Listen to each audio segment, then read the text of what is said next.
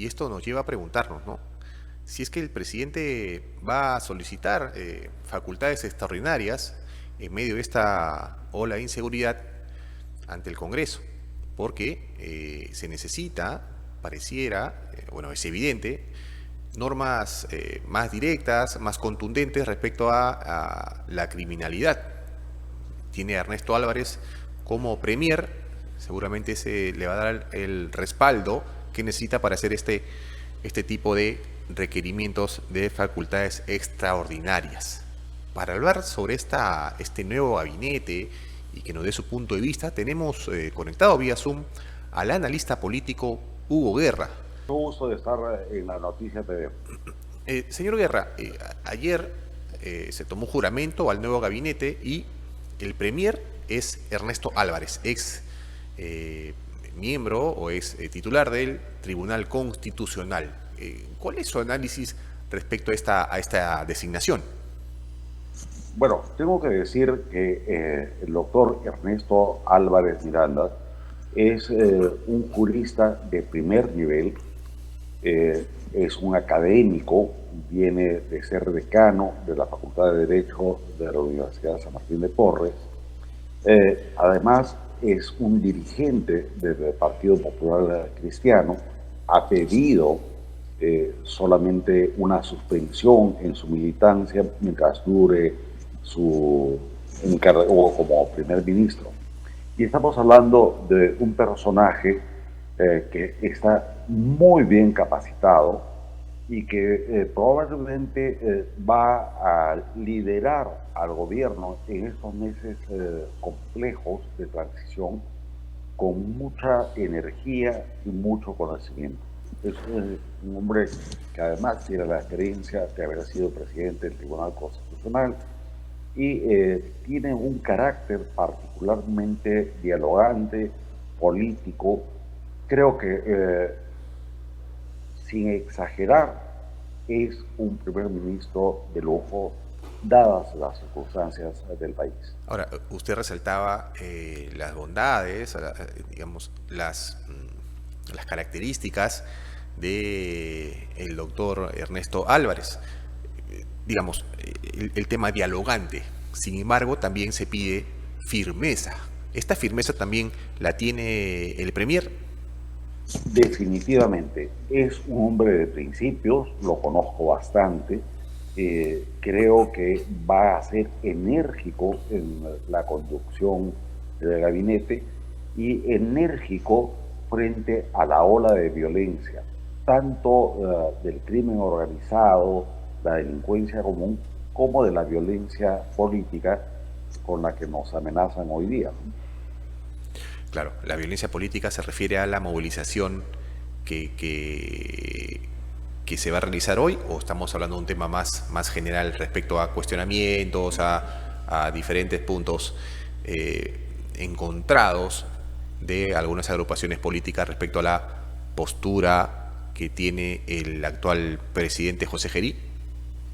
Cuando hablamos de violencia política, evidentemente tenemos que hacer referencia a la movilización, el paro y la amenaza de disturbios para hoy día.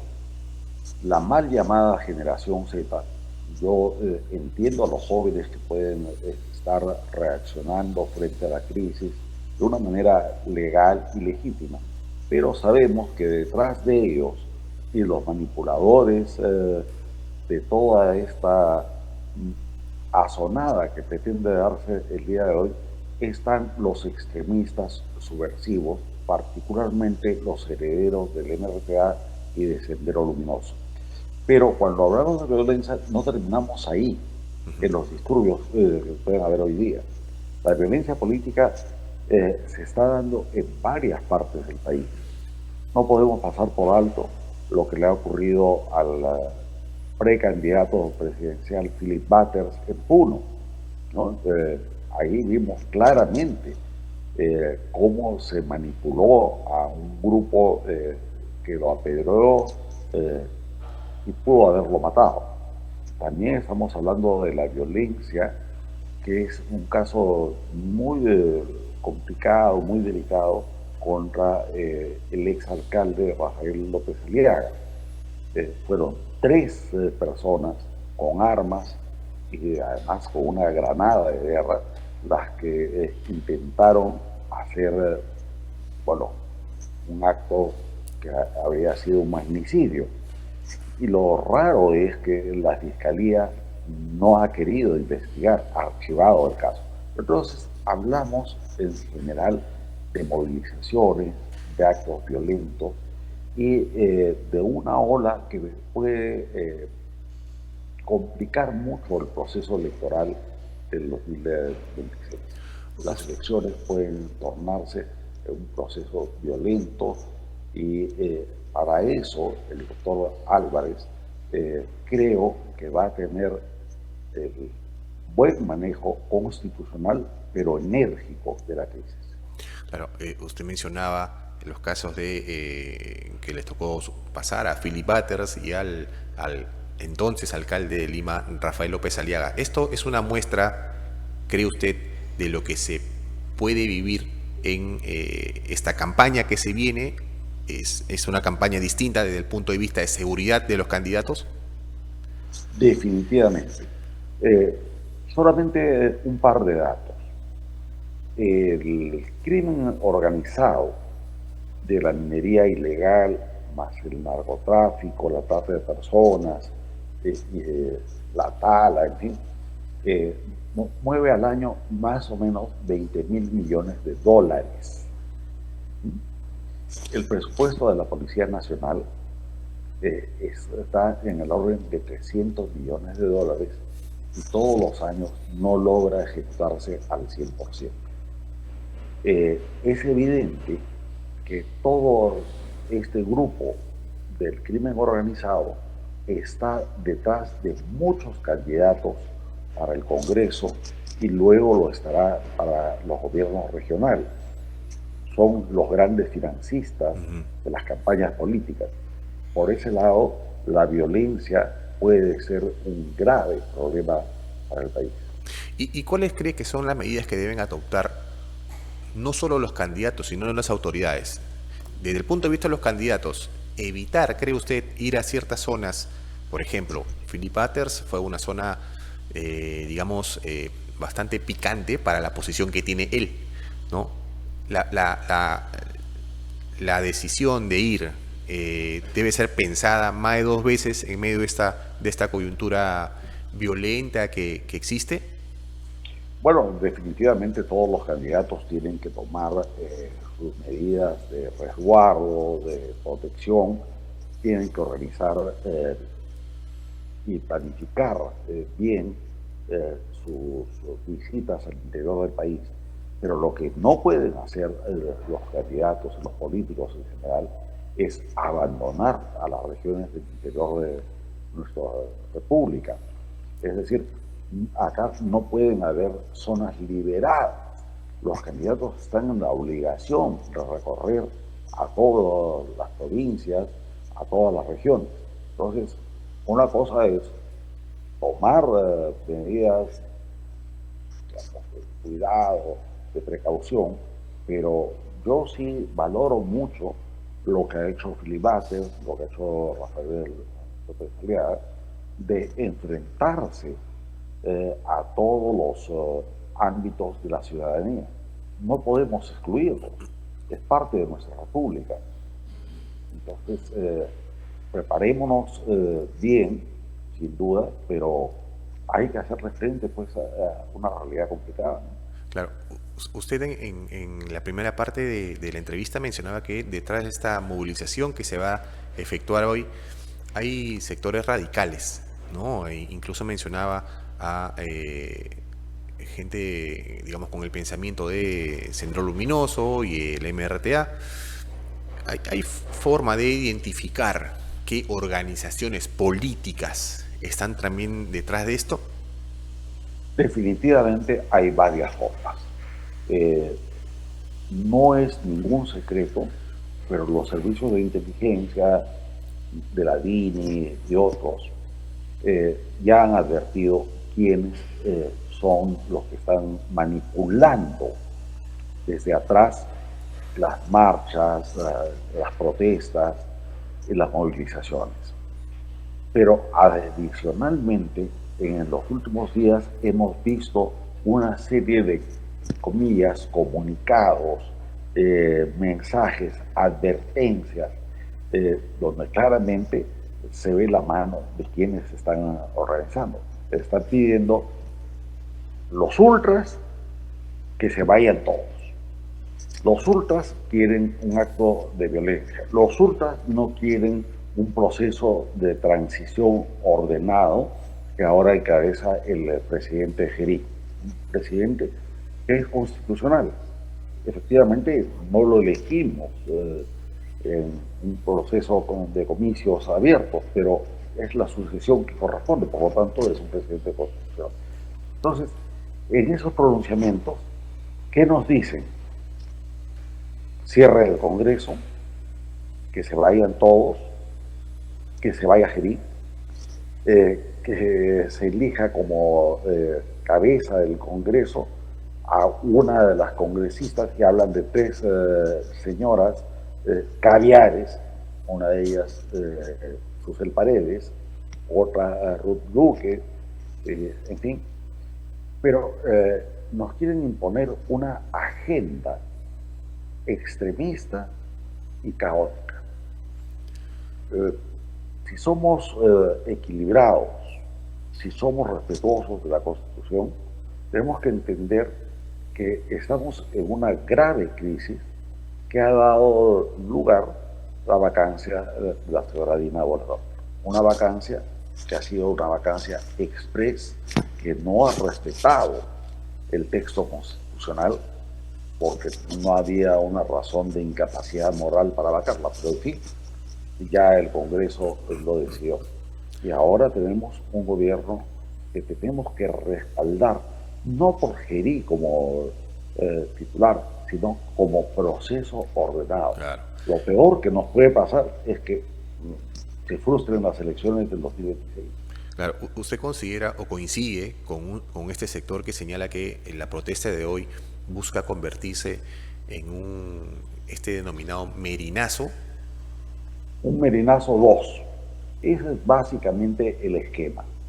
Pero tiene diferencias, ¿no? Cuando aluden a este personaje de One Piece, el pirata con el sombrerito de paja de la historieta manga japonesa, en realidad lo que está ahorita en pantalla, ¿no? Esta bandera negra, es parte de un movimiento internacional subversivo. No podemos entender lo que pasa en el Perú fuera de un contexto mayor. Somos parte del mundo y por lo tanto la influencia de quienes están detrás de estas manifestaciones tiene alcances que ya los descubriremos poco a poco, pero que no está aislado, ¿no? Recuerden Nepal, recuerden países de África, países de Asia, que están haciendo procesos de violencia ciudadana que son de tipo subversivo y es una guerra molecular.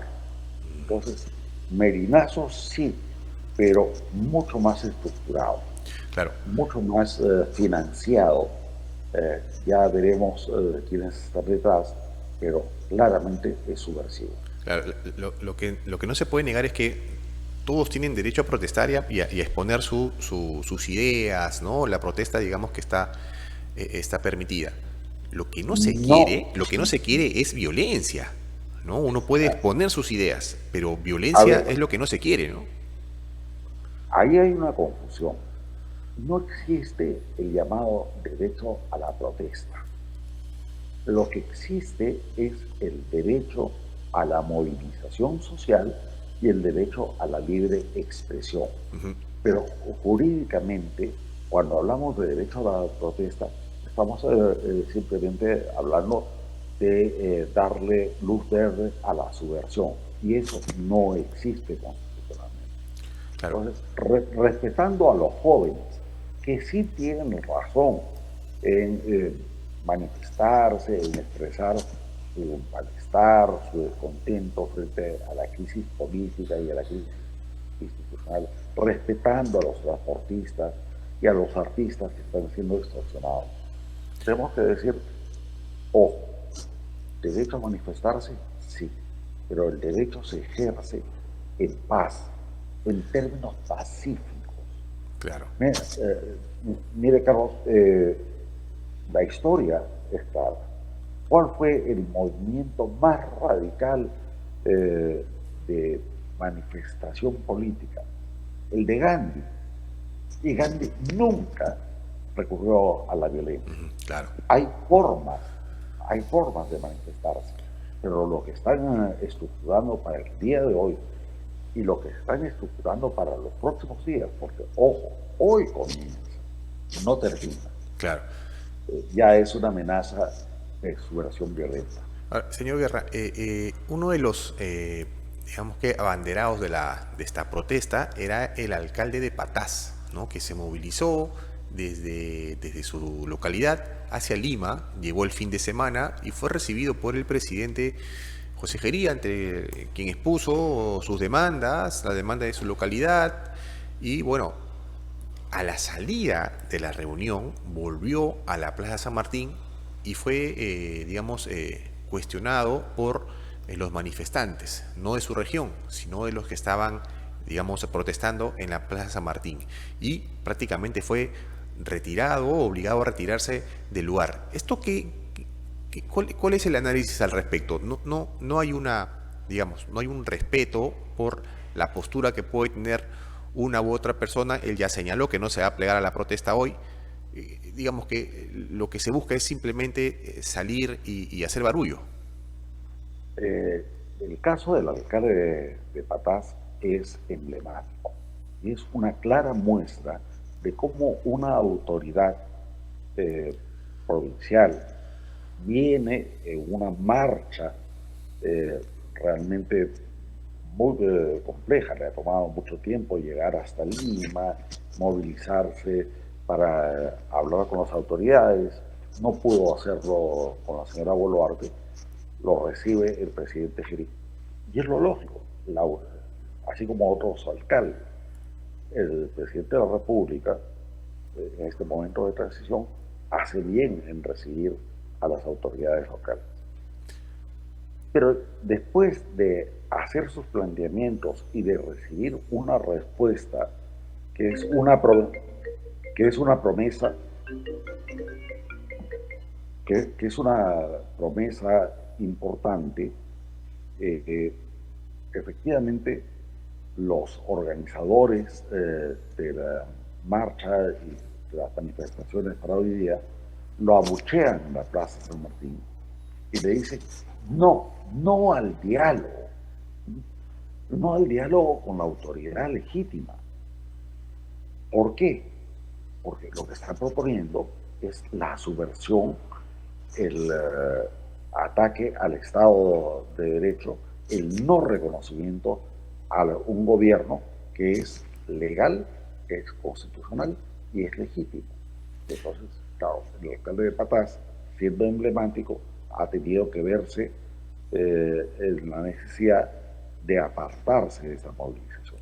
Pero esta es la muestra.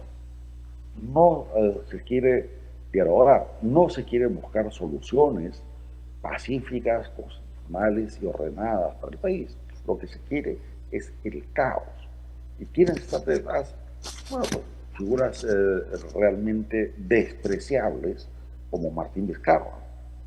Pero en el otro extremo están todos los caviares y está la vuelta izquierda.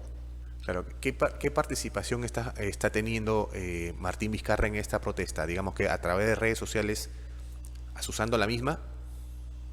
Está asusando no solamente a la movilización, sino a la violencia. Está asusando para que haya una situación de golpe de Estado, porque no está reconociendo la transición constitucional que ahora vivimos y está pretendiendo imponernos un cambio que también sería un golpe dentro del Congreso para que algunas congresistas de izquierda, y son 3 mujeres del bloque caviar, asuman la conducción del Parlamento.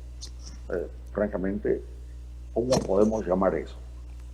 Soy técnico, soy analista. ¿Es esto un acto subversivo? Sí. ¿Califica como un acto en contra del derecho, del Estado de Derecho? Sí. Por lo tanto, lo que se requiere es contestar con energía, con prudencia, pero no permitiendo que avance ni la violencia ni la desestabilización que nos plantean los manifestantes hoy día. Claro, se habla mucho de la generación Z y nos preguntamos, ¿no? ¿Cuál puede ser el arrastre que tiene, o cómo se puede explicar el arrastre que tiene Vizcarra sobre este sector, estos jóvenes? ¿No lo conocen? A ver, soy profesor universitario y conozco de cerca a los jóvenes. Hablar de generación Z es muy complicado. Podemos entrar en una generalización indebida. Hay algunos jóvenes que legítimamente están preocupados por el país, preocupados por la crisis, quieren expresarse, quieren manifestarse. Pero hablar de toda una generación sería un error. Ahora, lo que pasa en este momento es que, sobre texto de los jóvenes, los manipuladores y violentistas, los golpistas y los que están fuera del orden jurídico, quieren apoderarse de las calles, causar manifestaciones violentas. Recuerde, Carlos, acaban de quemar a 2 policías con bombas Molotov. incendiarias, Molotov. Lo que alguna señora que habla en redes sociales dice que no son armas. Bueno, han quemado a 2 policías vivos. Sí, claro. Entonces, es una muestra. Pero además, lanzar piedras. No sé si usted, Carlos, ha estado en alguna manifestación a lo largo de su vida. Sí, Bueno, claro. en el momento que empiezan a caer las piedras, las bombas molotov, y que hay una respuesta con gases lacrimógenos o una respuesta que puede ser incluso con balas de goma, la violencia es terrible, el riesgo de vida es terrible. Lo que están buscando es que haya muertos. El esquema de los 2 falsos héroes, los 2 falsos mitos de Inti y Brian, lo quieren repetir. Claro. Eso es lo que están buscando. Y eso es lo más preocupante, ¿no? Que esta movilización, de alguna manera dirigida o manejada desde la sombra, que busquen un muerto o un par de muertos, es por lo menos despreciable. Ahora, entre los pedidos o propuestas de esta movilización figura también, sorprendentemente, el regreso de Pedro Castillo a la presidencia de la República, ¿no? Es uno de los pedidos. Esto, ¿qué revela? ¿Desnuda este extremismo de la medida? Definitivamente, es una muestra más, no solamente de un acto político, sino de un acto, reitero, subrayo, subversivo. Pedro Castillo, recordemos, no solamente fue presidente, fue un golpista y está preso justamente por intentar un golpe de Estado, por intentar romper el Estado de Derecho. Entonces, cuando dicen que regrese Pedro Castillo, ahora el siguiente paso será una asamblea constituyente, es decir, el modelo que ya vimos que discurrió en Chile. Creo que, sin exagerar, estamos enfrentándonos a un movimiento que es muy peligroso, que puede causar mucha inestabilidad. Frente al cual, a este movimiento, el gobierno del presidente Jerez y en particular el primer ministro Álvarez van a tener que actuar con energía, probablemente declarando el régimen de excepción, no solamente el estado de emergencia, sino un régimen de excepción que podría llegar a un estado de sitio Claro. si es que es necesario. Señor Guerra, la última. ¿Usted considera que existe la posibilidad de que en esta protesta puedan participar algunos líderes políticos que usen esta movilización como una especie de trampolín para iniciar su campaña para estas elecciones? Definitivamente, ¿no? Ojo, acá nos estamos concentrando mucho en Lima. En el interior del país también hay movilizaciones, Sí, ¿no? Y los políticos, bueno, yo diría los politicastros, están metidos en todas estas manifestaciones y tal como usted dice, los quieren utilizar como un trampolín para sus campañas electorales. Eh, la verdad es que hablamos de candidatos, de gente que es totalmente despreciable, porque no solamente quieren utilizar una movilización que nace con el espíritu de los jóvenes, ahora distorsionado, sino que quieren lanzarnos al caos. Eh, yo concluiría con una reflexión, Carlos. ¿Qué pasaría si eventualmente cayera el presidente? A 6 meses del proceso electoral, unas elecciones complicadísimas, ya hablaremos en otro momento, pero realmente nunca hemos tenido un proceso electoral tan complicado como el que se viene. Se abriría realmente una situación caótica. Terminaríamos seguramente con toque de queda, con los militares en las calles o el caos en todas las ciudades. No podemos permitirlo. claro. Es un deber democrático defender la transición. No al presidente Gedi, no a Ernesto Álvarez, que merecen apoyo, pero sí debemos defender la transición ordenada para las elecciones de 2026. Bien, ha sido un gusto conversar con usted y esperamos tenerlo en alguna otra oportunidad también para hablar de tema de coyuntura. Gracias por la entrevista. Siempre las órdenes. Gracias. Estuvo con nosotros el analista político Hugo Guerra, quien señalaba que detrás de estas movilizaciones, de esta movilización que se va a realizar hoy no solo en Lima, sino en algunos puntos del país, hay mano extraña, ¿no? Señala miembros del MRTA, Sendero Luminoso, y también algunos partidos políticos que tienen esa postura extremista. Hay que estar atentos a lo que ocurra hoy en el país con esta movilización.